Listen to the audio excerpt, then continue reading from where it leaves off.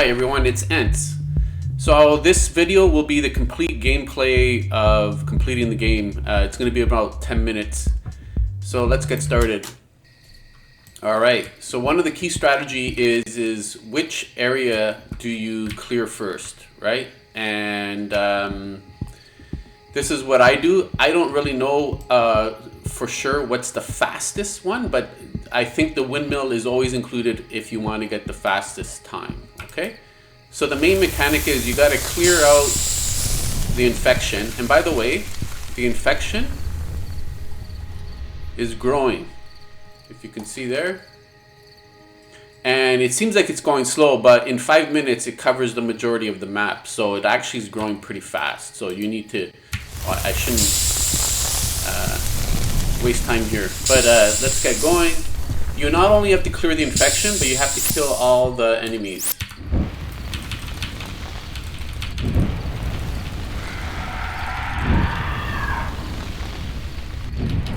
And to save mana, I finished them off with melee. Oh.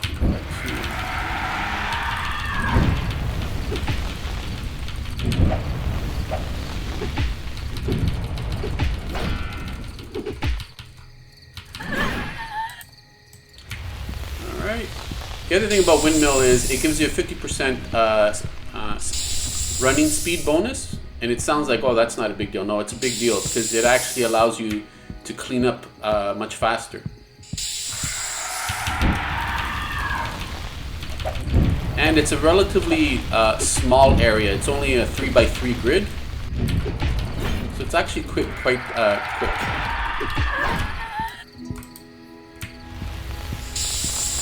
Alright. Windmill cleared. So as you can see, I'm now moving faster.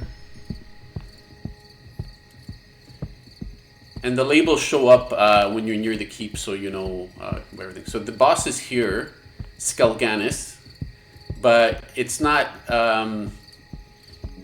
You should actually get buffs before you actually try to take down the boss. You should take down the boss after like all 4 areas are complete, but you don't necessarily have to. I've done it with only 1 buff. But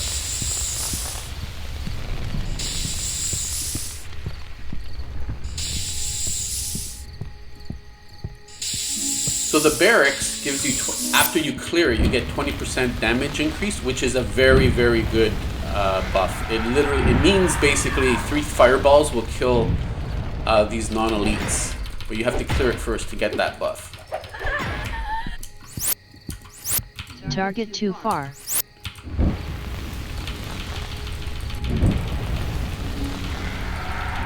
we're already 3 minutes in, and I've only cleared 1 area.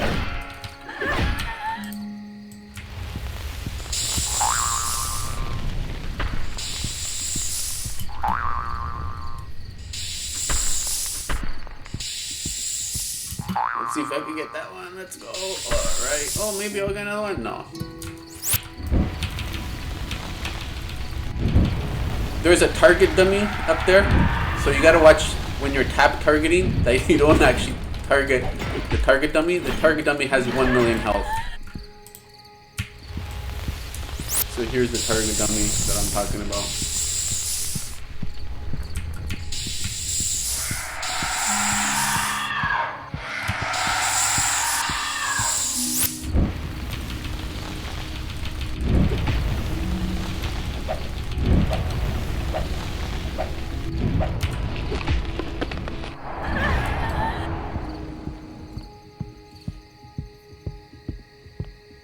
Barracks cleared.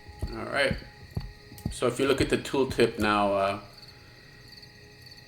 my fireball deals 36 damage times 3, that's over 100. So you could kill everything now in 3 fireballs. So the next one is probably the best buff in the game, is the lumber mill. It's the biggest infection and the most adds, but you get 100% mana recharge.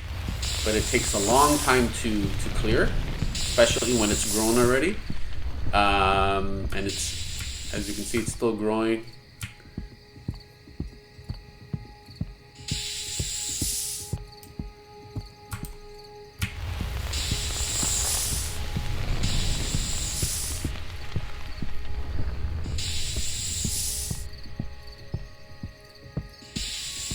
And what ends up, if you engage the boss without this buff, you run out of mana. And when you run out of mana, you not only don't have your shield, and you can't kill him.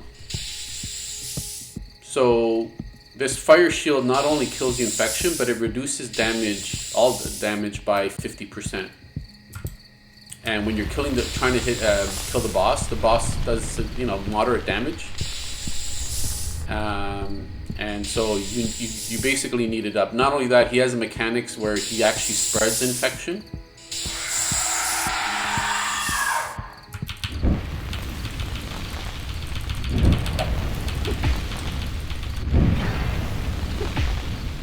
Three fireballs, done. Target too far. So currently the game only has one level, and it takes 11 minutes, but I'm already planning other levels with different mechanics. Once you have kind of like the base state machines and the spawn, like all these areas, there's like a spawn manager, so you could actually do different things and configure different things. Oh, I forgot to show you that. What happens if you actually stand in the wrong guy.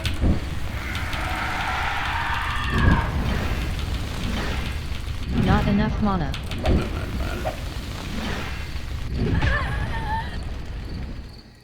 So while I'm gen mana, I'll just talk a few other things. So you could portal back for 50 mana. It's a very expensive spell to the town where the keep is, and you will stock up on potions magically, right? So it's an actual good getaway, but it's a long cast. However, there's going to be a secret buff that I'm going to place somewhere that actually changes this spell to only a 1 second cast and 10 mana.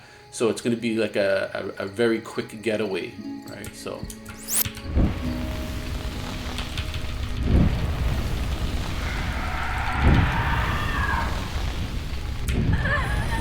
this is the last guy. Oh, by the way, the quest tracker is over here. It actually keeps track of the area.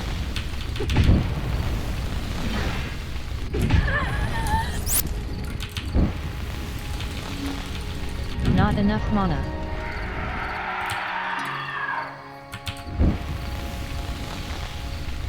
Not enough mana.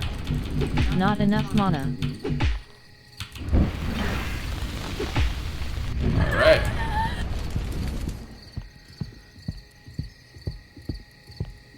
Lumber mill cleared. So my mana regen, it's about 5 per second now, I think. Yeah.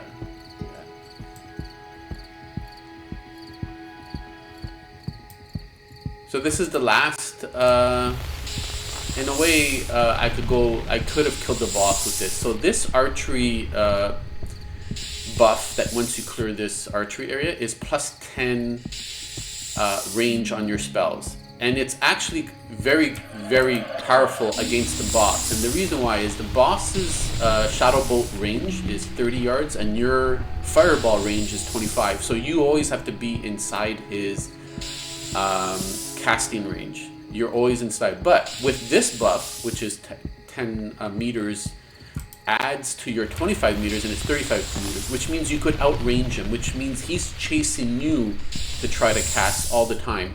And you basically kite him with Frostbolt, right? So I've done that mechanic where I just had this archery buff and I kill the boss right away after that. And it works out very, very well. A lot of people said, oh, you should change the archery buff. It's not powerful, it's, who needs range. But I think when I create new different bosses, like not a non-caster boss, like a melee boss, I think range for a mage is huge, because by the time they get to you, they're half health, right? Because usually melee only bosses are going to do a lot more damage.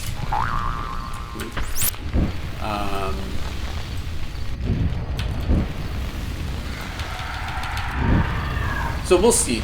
Again, it's the game jam. It's just making sure everything works and everything is kind of polished. Not having additional levels and additional bosses. I think it's fine.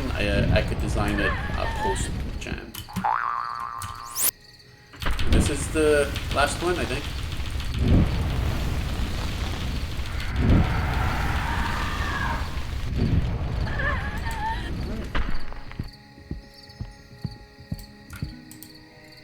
Archery cleared. So save some time. I'll portal to the keep, even though it's not that much time saved. So I want to regen my mana. By the time I get there, though, my mana should be topped up. All right, boss time. We're almost done. 10 minutes and 28 seconds. All right. Let's kill this dude.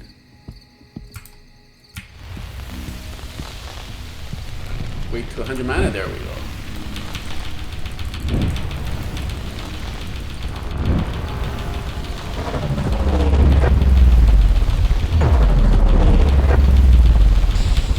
Oh, gotta put the mana shield up to burn that off. He spawns an ad.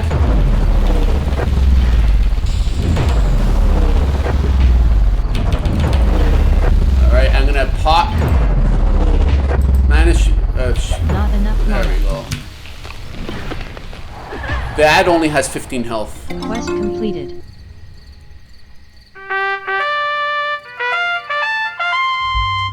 And that's basically it. So yeah, so that time is going to be saved to the high scores. This is actually querying GameJolt's API. Like these scores are not hard coded. They're actually you know, taken from like a score API thing that I had, and I just put a bunch of fake data in there. But it's a call, an API call. So what I'm going to do is after you complete, it's going to save the score. Also, you have to type in your name. If you don't type in your name here, it won't save the score, right? So you got to make sure you enter your name in. Maybe I'll put a credits here, but I only have 4 days left, so I want to fix bugs and do more testing. So that's it. So anyways, that's basically the entire gameplay. Your comments and feedback would be greatly appreciated. Thank you for your time. Take care.